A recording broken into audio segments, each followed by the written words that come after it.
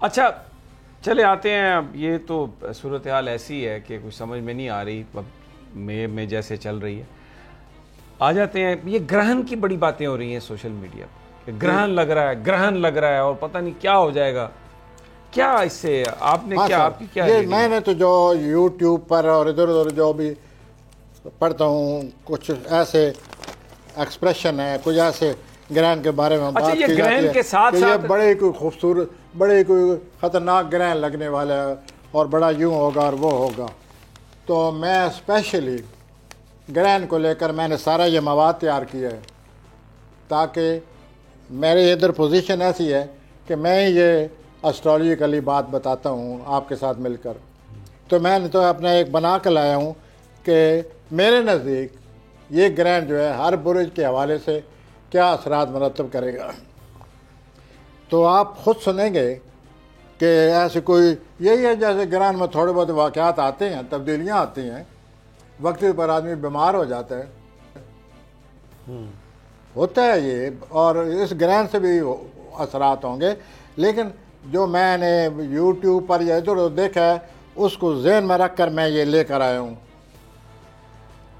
کہ گرہن جو ہے بروج کے لحاظ سے کیا اثرات لے کر آئے ہوئے.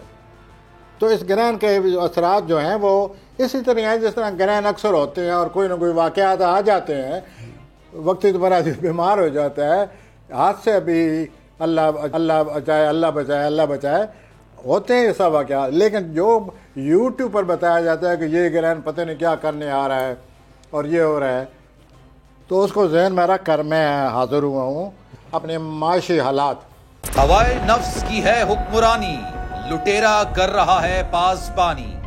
بول نیوز کے مارکیٹنگ ہیڈ آکاش رام تاحال لاپتہ, تفتیشی ادارے جواب دینے سے قاصر. اہل خانہ پریشان, بیٹے کی جدائی میں ماں غم سے نڈھال. جو بچو ہندو پر آئے تھے جو کو پاکستانی,